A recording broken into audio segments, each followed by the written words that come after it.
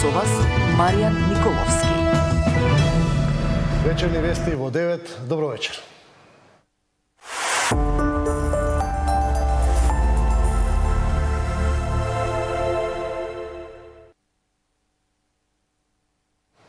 Опозицијската коалиција предводена од СДСМ вечерва е на митинзи на истокот од државата, во Пробиштип и во Штип, каде ги представува своите кандидати за локалните избори. Филипче посочи дека владењето на ВМРО-ДПМН е како реприза на лош стар филм. Не секогаш бевме она што граѓаните го очекува. Но постои суштинска разлика меѓу нас и ВМРО-ДПМН. Ние државата никогаш не ја злоупотребивме. Ние учиме, излекуваме поука и нудиме нов почеток. За нас да се биде социјалдемократ не значи да се биде совршен, туку да се има храброст да се исправат грешките. Нашата политика има јасен приоритет. Јавни пари за јавни услуги.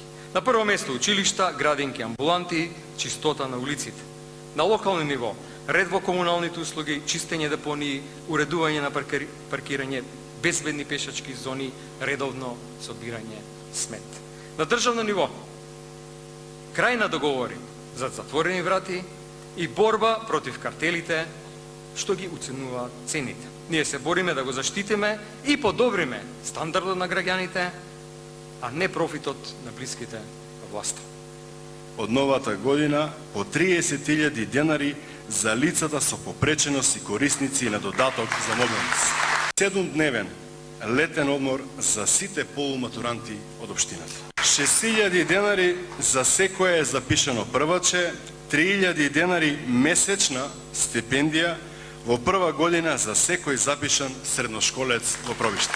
Ја зајакнуваме еднократната парична помош за новороденче, за прво дете 10.000 денари, второ дете 20.000 денари, трето дете 3 месеци по 30.000 денари.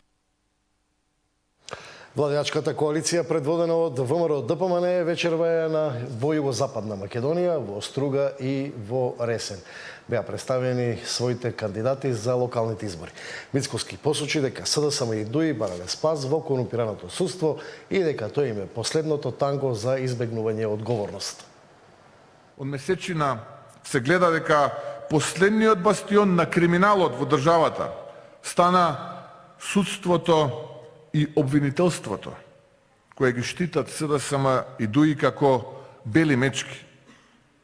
Нема ниту еден случај во институциите кои што сме го предочиле, обезбедиле со докази, а да заврши со обвинителен акт за било кој поранешен висок функционер. А случај има колку сакате, само недостасува волја. А нема волја затоа што во судовите и обвинителствата главни се аргатите на СДСМ и ДУИ, и тоа е нивната задача да ги штитат. И со оваа корупција, за која што сега зборувам, имам намера посебно да се занимавам после локалните избори, затоа што мора една за секогаш да се стави крај со овој перманентен бастион на криминалот. Ќе извршиме ревизија на функционалноста на водоводната мрежа и детекција и санација на дефектите, но и на дивите приклучоци, при што ќе се изврши ослободување на мрежата и зголемување на нејзината функционалност и капацитет. Во моментот во Струга 400 дечина чекаат за прием во детска градинка. Затоа се обврзуваме да изградиме една таква со што ќе се реши овој горлив проблем на сите стружани. Владеачката коалиција ВЛЕН вечерва е на конвенција во салата Борис Трајковски во Скопје, каде ги представува своите кандидати за локалните избори. До пак денеска го представи кандидатот за градоначалник на Скопје. 4 години Скопје го гледаме праведен, со дигитализиран и зелен, го гледаме со чист воздух, кај дигитализиран, каде што услугите сите ќе се обезбедат со еден клик и нормално сите граѓани ќе почнат да чувствуваат дека живеат во една европска метропола. По предизборниот блок и минути за дел од останатите учесници на локалните избори, помали политички партии, но и независни кандидати. Нашата замисла е да има функционален јавен превоз и да се охрабри користењето на јавниот превоз ексклузивно во град Скопје, понатаму ќе зборуваме нели за детали. Втората работа е борбата со загадувањето на воздухот. Град Скопје, тоест граѓаните на град Скопје кои го вперуваат прстот во град Скопје за тоа дека е инертен по повод ова прашање за загадувањето, мора да види од институциите на град Скопје како одат во таа насока. Имаме многу методи за тоа како да го постигнеме. Со левица експлицитно ви кажуваме дека нема да има приватизирање на било каков капацитет на град Скопје. Доколку јавното предпријатие Паркови и Зеленило отвори погон, и истото може да користиме како продлабошување или унапредување на мерката против загадувањето. Знаете дека градот Скопје и општините години наназад доделуваат субвенции за набавка на печка на пелети, но на оние граѓани кои што се од социјално загрозена категорија, навистина и не им прави разлика ако има возможите да купите печка, доколку немаат средства да набават суровината, односно пелетите, за да нели го затоплат својот дом. Се наоѓам пред остатоците на универзалната сала, уште една црна точка на мапата на Скопје. Истоштена, изнемоштена од прекубројни партиски притикувања, оставена сама на себе веќе долг временски период. Затоа на Скопје му треба промена. Му треба отчетност, стручност, знаење, независност. Само така Скопје ќе биде она што сакаме да биде.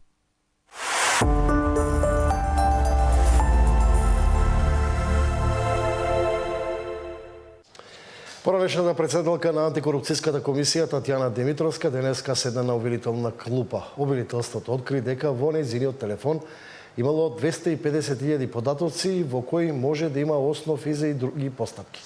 Одбраната пак очекува ослободителна пресуда. Поранешната председателка на антикорупцијска седна во обвинителна клупа на Татјана Димитровска и се суди за оддавање службена тајна како и компјутерски криминал, бидејќи во нејзино име друг го полагал тестот за сертификат за државна тајна. Доказите за двете кривични дела беа пронајдени во нејзиниот мобилен телефон.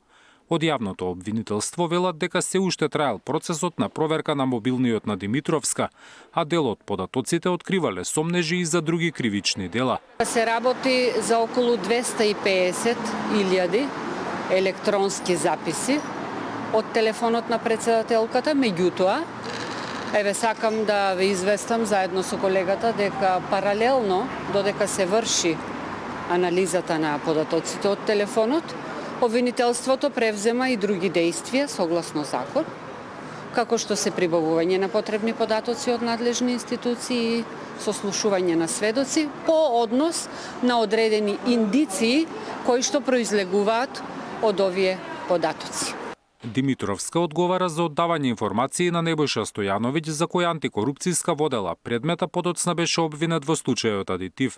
Според обвинението, екс-антикорупционерката не го полагала ниту тестот за сертификат за државна тајна.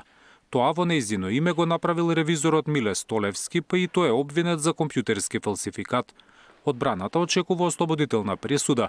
Информациите споделени од Димитровска смета дека не биле службена тајна, туку јавни кои се говореле на седници, а сертификатот за државна тајна не се добивал од електронски тест, туку според проценката на Агенцијата за национална безбедност. Ние доставивме во меѓувреме докази кои целосно го дискредитираат обвинението против неа, и тоа докази од антикорупцијската комисија, извештај од 30 јули 2025 година со кој се потврдува тезата на одбраната дека не е остварено законско битие на кривичното дело оддавање службена тајна.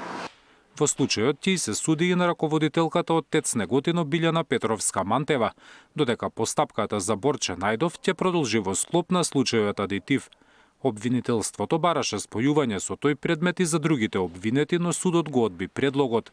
На крајот на идниот месец на подготвително судско рочиште ќе се анализираат доказите, пошто ќе биде закажан и официјалниот старт на судењето за Димитровска и останатите обвинети.